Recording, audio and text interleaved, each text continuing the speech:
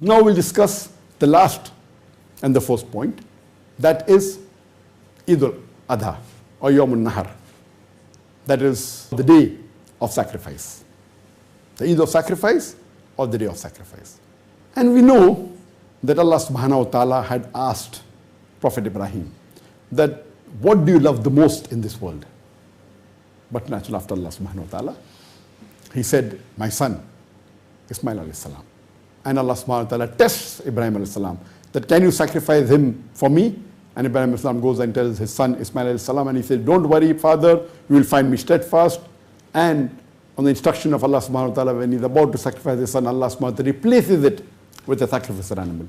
And this is what we remember every year in Eidul Adha, that we should be able to sacrifice anything in this world for the sake of Allah subhanahu wa ta'ala. And during Yaumul Nahr, the day of sacrifice, and Eidul Adha, the day of sacrifice, if we have the means, we sacrifice an animal. For one person it is a goat, or if you want to do a big animal like a cow or a camel, it can be for 7 people. And it's mentioned in Surah Hajj, chapter number 22, verse number 37. It is not their meat or blood that reaches Allah subhanahu wa ta'ala, but it is a piety which reaches Allah subhanahu wa ta'ala. So we don't sacrifice so that the blood and the meat reaches to Allah subhanahu wa ta'ala, but we do it for our taqwa. Our piety should reach Allah subhanahu wa ta'ala. And what do we do? With the sacrifice, when we sacrifice the animal, we distribute it amongst the poor people, amongst the friends, amongst the relatives, and keep some for ourselves. Normally it is recommended that minimum 1/3 should be given to the poor people, 1/3 to the family and friends, and the maximum you can keep yourself is 1/3. This is the practice. Let me tell you the salient features that should be done on Eidul Adha or Yaumul Nahr. Number 1, that have a bath early in the morning. Number 2, put perfume on yourself. It's a sunnah. Number 3 is that wear the best of your clothes. Number 4, say the takbirat. Number 5, preferable, do not eat anything before the Eid prayer. Number 6, go to pray early. Number 7, that it is recommended that all the women, including the children, including the menstruating women, should go for the Eid Salah, even if they don't have to offer Salah or they don't have to go to the Musalla. And when you come back from Eid prayer, see to it that you take another route, not the same route in which you went for the Eid Salah. And preferable to pay Eid Salah in a Musalla, in an open ground, which is called as Eidgah. Now what is the reason that our beloved Prophet ﷺ recommended that all the women and the children, including the menstruating women, should go for the Eid Salah, even if they don't have to offer Salah, even if they don't have to go and pray? What is the reason? Why did the Prophet say that you go from one route and when you come back take the other route? Why did he say that pray in a large place Eidgah? For all this we come to know that the reason is so that it boosts the morale of the Muslims. Normally we Muslims offer 5 times Salah congregation in the mosque. Once a week in Jummah we have a bigger congregation. We pray in the Jummah mosque. The congregation is multiple times bigger than what congregation you have during the 5 times Salah. And twice in the year, during the Eidain, the Eidul Fitr and Eidul Adha, the Prophet recommended that you pray in an open ground known as the Eidgah. Why? So that a larger number can gather. Imagine if you're living in a village and during the Eid Salah you come to know there are 30,000 Muslims, there are 40,000 Muslims. The morale of the Muslims is boosted. And if you're living in an area which has got non-Muslims also, the non-Muslim will think 10 times before interfering with the Muslims. Oh, the Muslims are 30,000 in number, 40,000 in number. Imagine if you're living in a big city and if you pray in one Eidgah in which 100,000 gather or a few 100,000 gather. Imagine the scenario. It will boost up the morale of the Muslims. And at the same time would give a non-Muslim a thought that they better not interfere with the Muslims. This is the psychology, what is the reason that the beloved Prophet ﷺ even told the women and the children to go, even the women if they're menstruating.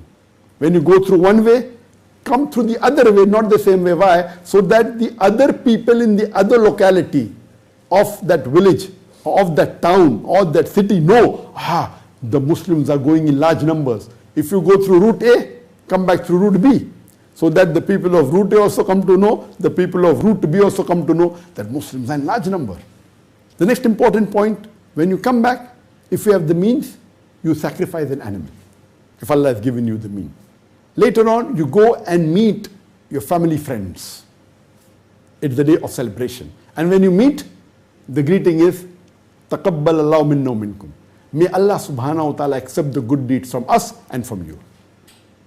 Normally, in India, Pakistan, they say Eid Mubarak or other words. The sunnah is to wish, تَقَبَّلَ اللَّهُ مِنَّا وَمِنْكُمْ. Oh Allah, accept the good deeds from us and from you. You can say Eid Mubarak. It is mubah. But the right thing is as the Prophet and the Sahabas wished each other. And the day of Eid, this should be a day of celebration. Be happy, be cheerful. Let me tell you the important points of the Eid Salah before I end this talk. There are 14 important points of Eid Salah. Number one, the Eid Salah is fard for every Muslim who is an adult and who is sane, male or female.